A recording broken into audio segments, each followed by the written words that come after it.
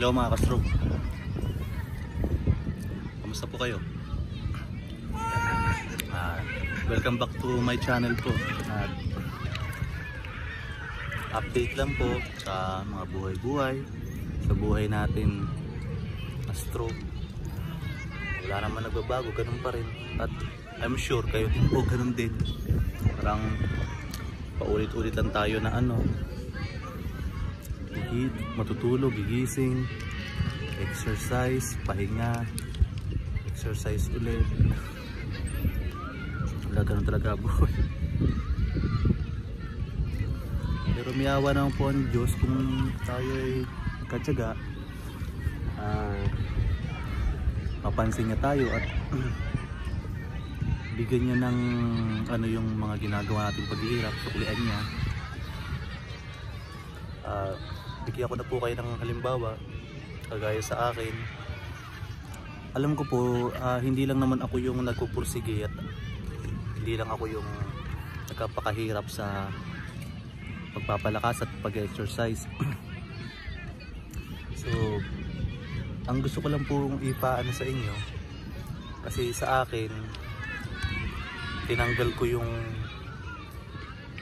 mga boundaries, yung mga bagay na pumipigil sa akin para gawin ko yung mga gusto ko, para lumakas pa. Siyempre alam ko po hindi lahat kayo sasang-ayon sa sasabihin ko, kasi ako po kasi wala akong, kumbaga sa akin, andito na ako, wala na akong sa gagawin ko na lang yung sa tingin kong makapagpalakas sa akin. Gaya po noon, pinipigilan ako ng marami nag-aano sa akin, mga nanay ko, kapatid ko, yung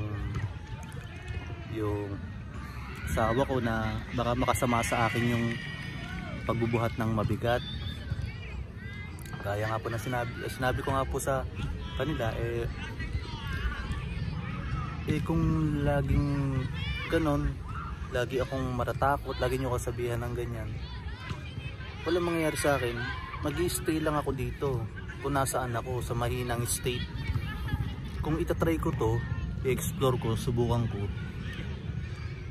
doon ko malalaman. Ngayon kung hindi okay, stop, ganun talaga Pero kapag ka umokay, hindi ako naman nangaani nun So yun na nga po yung nangyari, at lahat ng mga ginawa ko nakatulong sa akin. Pati yung kasi nga po ako sobrang payat ko. Mula nung na-stroke ako, payat na ako, mas pumayat pa ako. Kung hindi po ako nagkakamali, nasa 45 yata yung timbang ko noon. As in, parang para akong may malalang sakit, parang isang ubo na lang, papanaw na, parang gano'n. De, joke lang po. So ayun, dahil nga po sobrang payat ko, naisip ko parang ayon din sa mga nakapanood ko, parang paano ako lalakas at makakapag-build ng muscle. Kasi nga po, di ba tayo na stroke tayo, yung mga muscle natin humina. So habang nagbubuhat ako, lumalakas yung muscle. At the same time, kahit paano nagkakalaman, lumalakas yung affected site.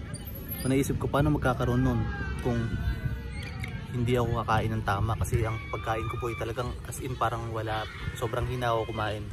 Takot ako kumain kasi natakot ako na baka tumaas ulit yung BP ko, may stroke ako ulit. So yun na nga po ginawa ko, kumain ako ng tama, medyo dinamihan ko yung pagkain, medyo tumaba ako. Tinuloy-tuloy ko lang yung proseso po na yun.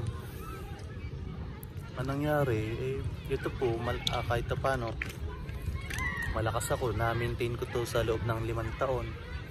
Tapos ngayon nga po, nag-gym ako. Sa 2 buwan na nag-gym ako,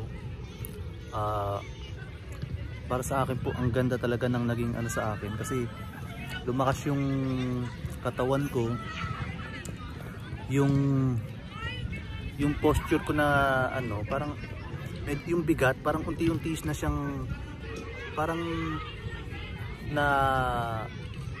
nawala na yung bigat. So what more kung tutuloy-tuloy ko pa to ng mga susunod pa na taon, baka sakali may opportunity na dumating at kung nandun na tayo sa state na kayang-kaya ko na,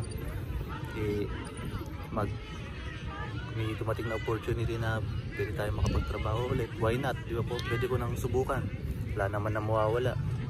Sayang po kasi para ano na lang 4 na taon na lang, 40 na ako, hindi ko alam kung minatanggap pa ba sa akin sa trabaho. Pero sana hindi naman ako nawawalan po ng pag-asa para sa ating pamilya. Tuloy-tuloy lang ang laban, ano po. So yun lamang po. At mapagabi na rin po, ang lamig dito sa amin po.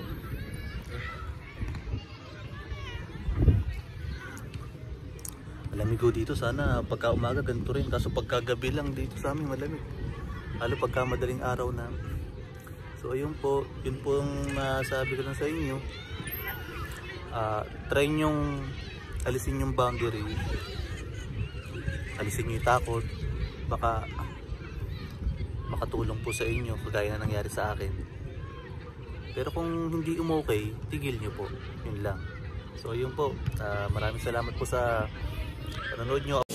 유난히도 캄캄한다면 나 홀로 너를 생각하네.